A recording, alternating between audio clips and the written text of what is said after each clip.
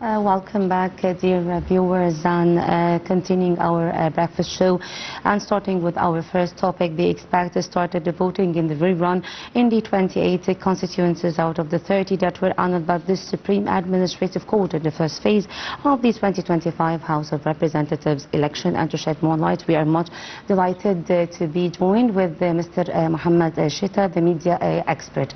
Hello and welcome, Doctor. Thank you very much. A very beautiful good morning to you and to all the viewers of Nile TV Thank you so much. International. Doctor, can you tell us more about the voting process, notably that the expats in the two phases, that even in the rerun? Yes, we've seen a significant participation actually during the first phase as well as in the rerun as well, and also on the second phase. And we've seen also a huge involvement and activities of the different embassies and consulates in more than 120 countries actually. We need to mention here that we have around 9 to 14 million expats, Egyptian expats living abroad, so it's a huge number, and actually they play a significant role in deciding who will shape the future of Egypt and who will shape the constitution and the laws and all the development in the different sectors for the coming 5 years. So this is why I was extremely happy to see that there was such a huge participation in the first phase as well as in the rerun as well. Yes, Mr. Mohamed, and the participation of the expats can reflect their strong bond with the homeland. How do you see this?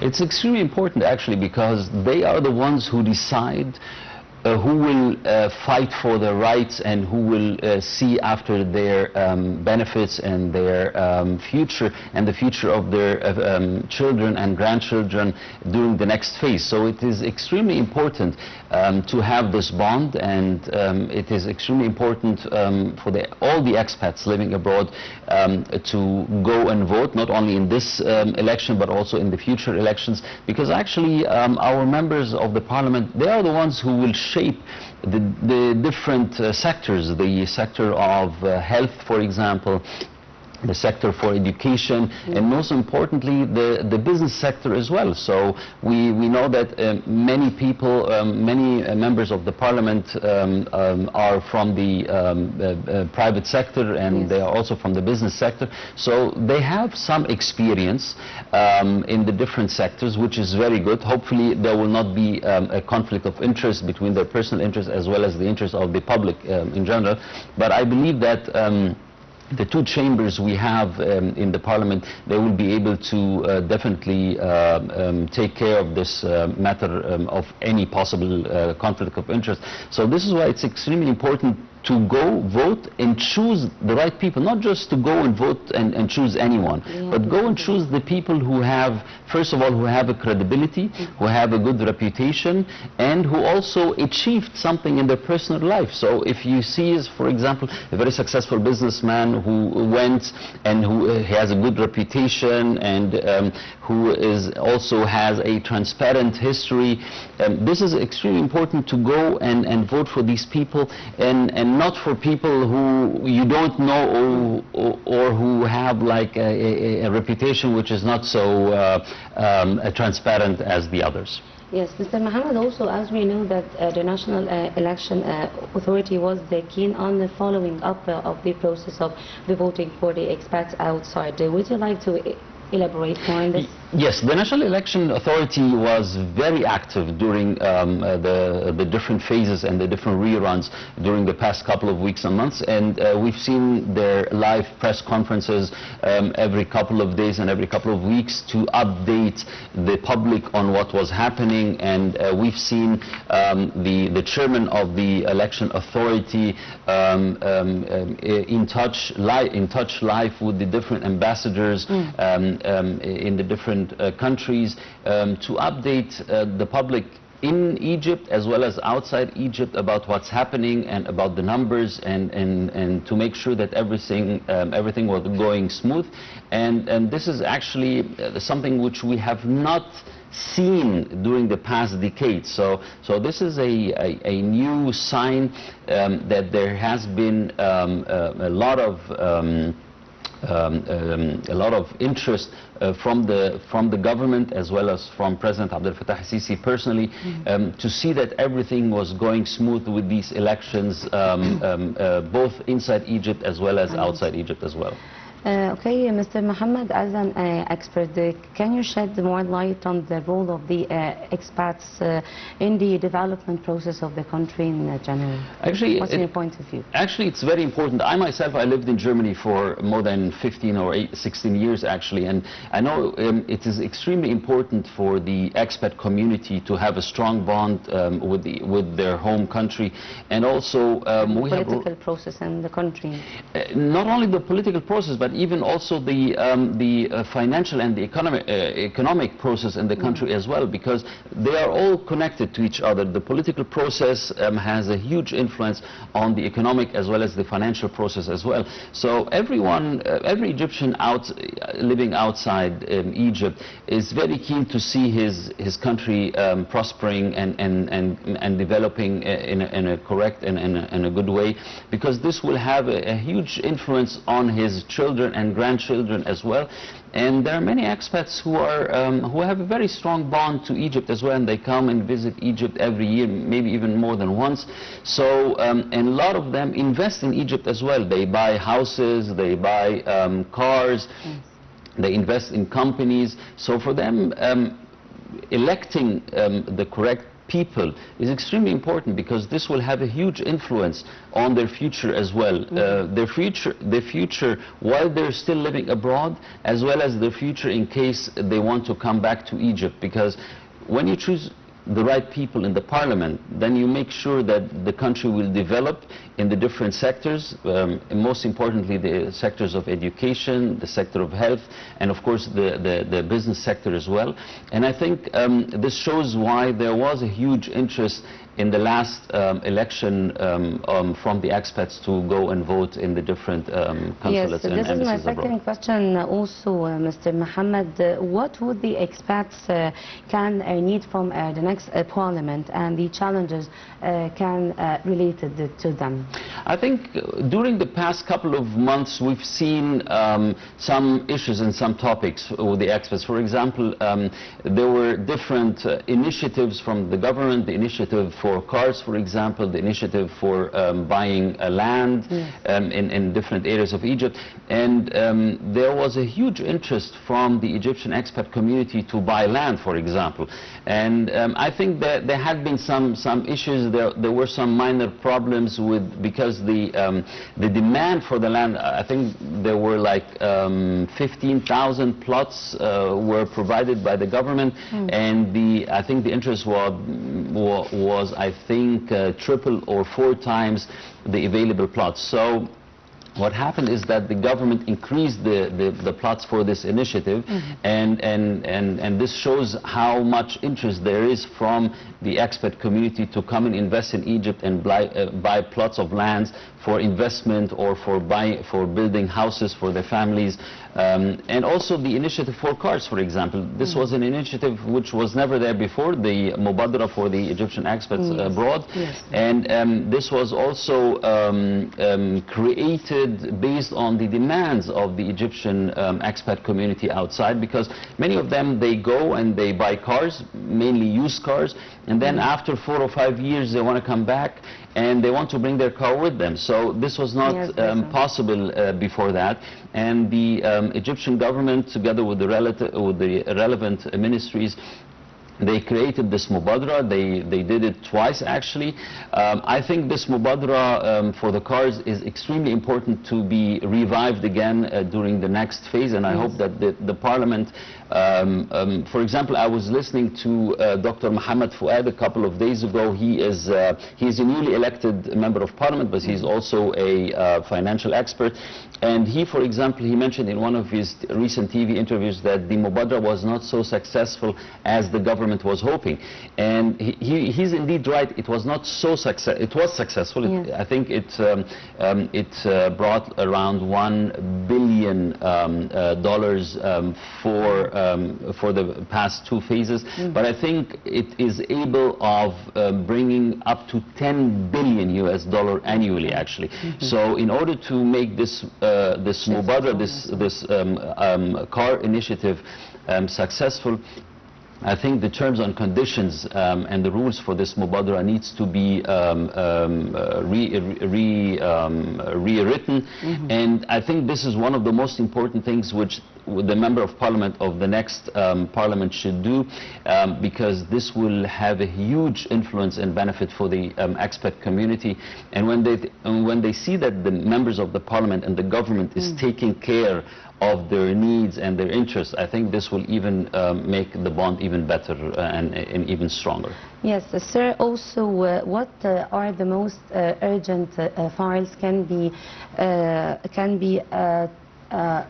told in the House of Representatives in the next one?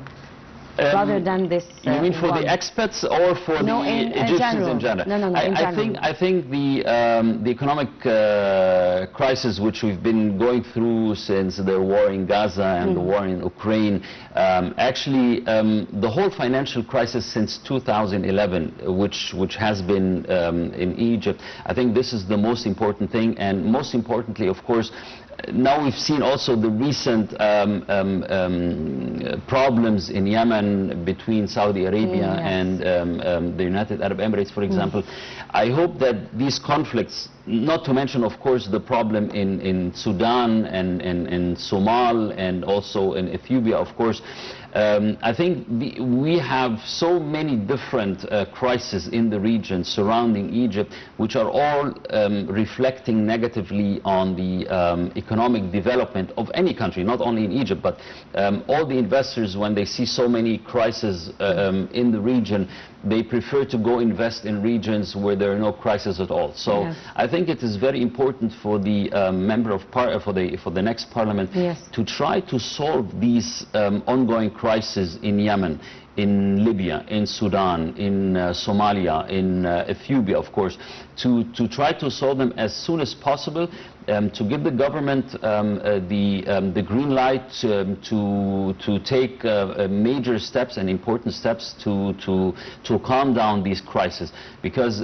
at the end of the day, this will reflect on the interests of investors coming not only to Egypt, but to the region in general.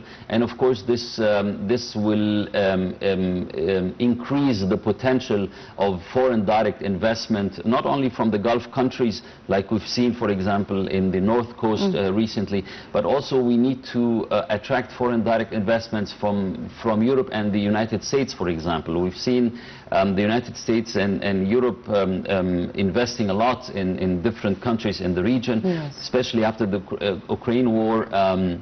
Many Western companies and many European countries which had lots of factories in Egypt, in Ukraine, these factories were closed. Some of them even came to Egypt. So, for example, Minister Kamel al-Wazir, he and Prime Minister Dr. Mustafa Madbouli, they opened recently a new factory for Leone for the wiring harnesses for the automotive industry, which is one of 10, it's actually the 10th or 11th factory this company is opening, has opened in Egypt. And this is because of the crisis in Ukraine. So we should try to use benefit from this crisis that is happening outside of the region to attract these companies. And there's another crisis as well. There had been some new taxes put on Chinese companies by the EU Commission recently, taxes between 18 to 38% on the Chinese automotive companies importing cars to Egypt, importing cars to Europe, sorry.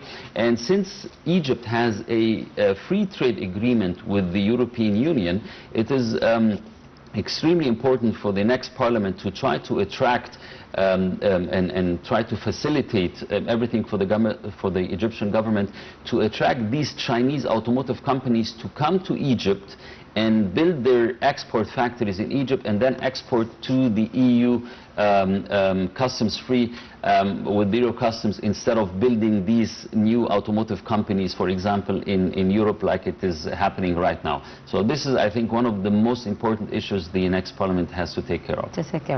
Okay, and also we have regional and the international developments.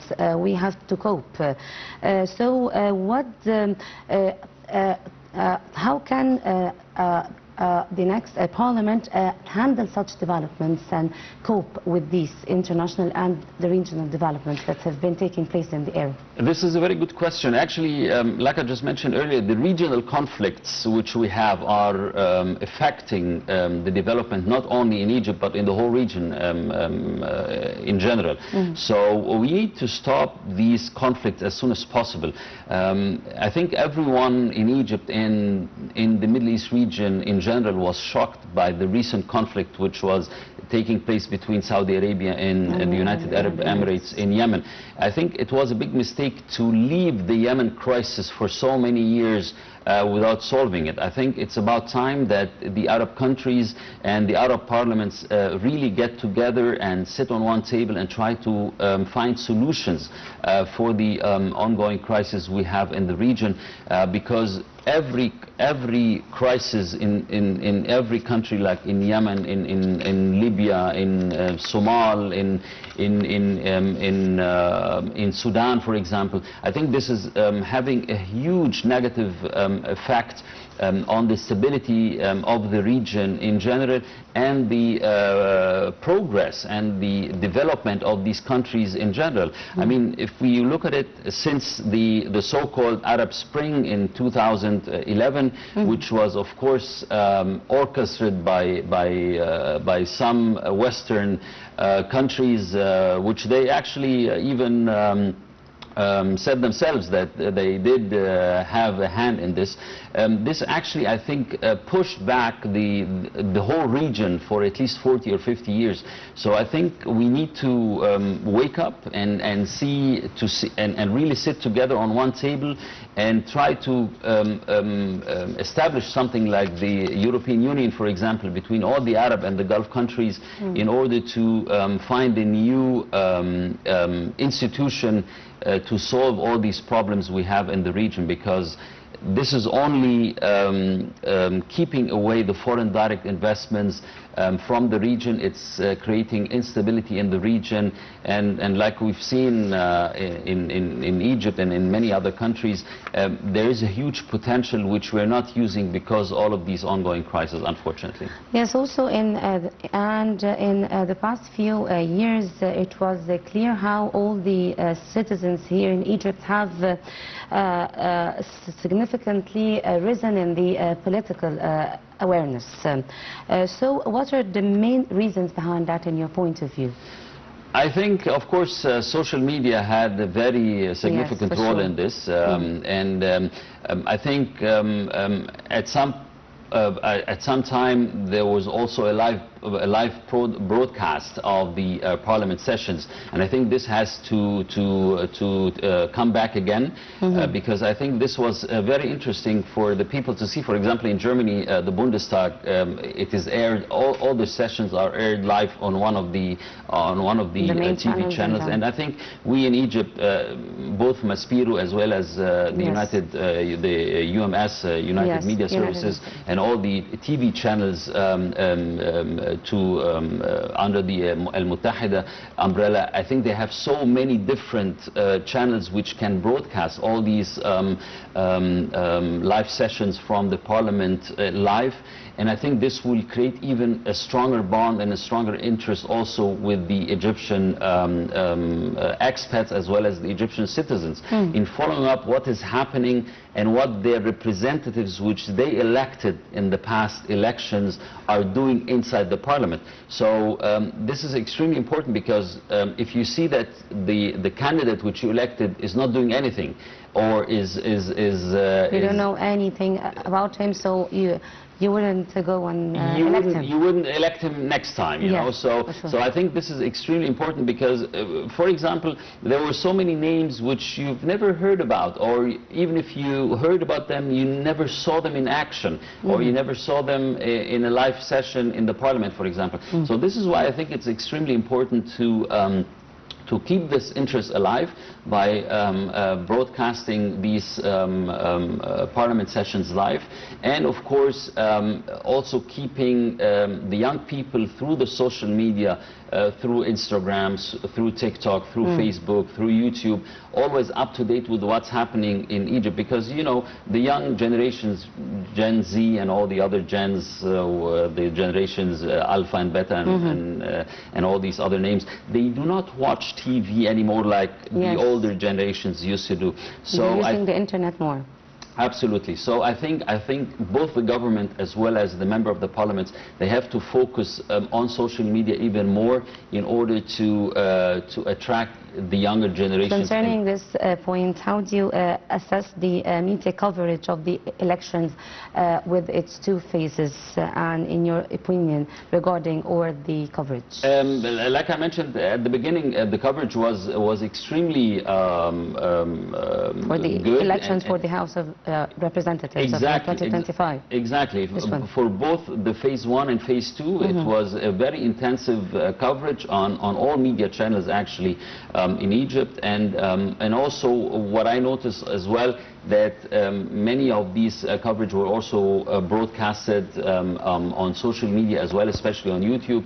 So this is something definitely which was very good, and I hope to see even more coverage. Now we need to see the results of the people which were elected in the parliament, in the live sessions, and I hope that the Egyptian TV as well as the parliament, the head of the parliament, will allow the sessions to be broadcasted live, because I think this is extremely important to keep the interest of the Egyptian citizens as well as the Egyptian experts abroad, to keep this interest alive and even keep it growing step by step by broadcasting these sessions live on the internet as well as on TV as well. Yes, also an important point that we have seen the participation from the women in Egypt and abroad. So what are the main reasons behind this, their participation in the elections? Well, I think if you look at it over the past 10, 20 years, women empowerment in the government has been facilitated a lot. We have a huge number of female ministers and female head of missions, head of the embassies abroad as well. So this shows you that the Egyptian women were able to prove themselves that they are extremely successful. We have Minister Rani al-Mashat, for example, which is not only very active in Egypt but also very popular outside Egypt as well, with the Egyptian expat community, but also with the foreign partners, for example. I mean, I've seen so many interviews with foreign media, for example, with her, and this shows that the Egyptian women are really capable of representing Egypt in a very good way and do some progress which we have not seen before. And naturally, when you have women as candidates and women as ministers, this automatically encourages the normal female citizens and the female Egyptian expats to go and vote, because they see that there are a lot of female representatives, and they see that they have the chances, and they see that they can progress in the different parliaments or even in the different ministries. So this is definitely an encouragement, and this is why we've seen lots of, even in the TV coverage, you've seen lots of women standing in line to go and vote at the election. So this was a very positive. The youth also were present, and so what are the main reasons behind their participation also? The youth, we saw them participating with a huge percentage this time. I think the coverage on social media, and again, social media plays a very important role, and it showed that there was lots of engagement. Yes, and there are as you also, said before, yes. There are also a lot of so-called influencers and YouTubers who are now interested in talking about political issues. Yes. And of course, many of them do this because of the trend and because of the viewership and because of the followership and everything like that. But nevertheless, when you have someone on YouTube, for example, who has 500,000 followers or 800,000 followers or 1 million followers, and he talks about the elections, or he talks about what's going on in Egypt, or about the economic situation, but or the political situation, yes, this definitely grabs the attention of the youth more. Exactly. This grabs the attention of the youth, and this makes them connect as well. And again, the youth these are the generations which will be building the country during the next couple of years. Of course, they have a different attitude, especially regarding the life-work balance, which we hear about Gen Z, and that they're different. They have different expectations from their future work. But in any case, it is good to see that there's a new influence coming into the Egyptian society, both inside Egypt as well as outside Egypt, because of course you need to have new blood every couple of years. And definitely their influence is definitely also positive to do some changes in order to make it attractive for the youth as well. Mr. Mohamed Sheta, the media expert, thank you so much for joining us here in Nile TV International. Thank you very much for your having me. It was a pleasure. information. Thank you. Thank you so much. And ladies and gentlemen, a short break, and we'll be right back, so stay tuned on Nile TV International.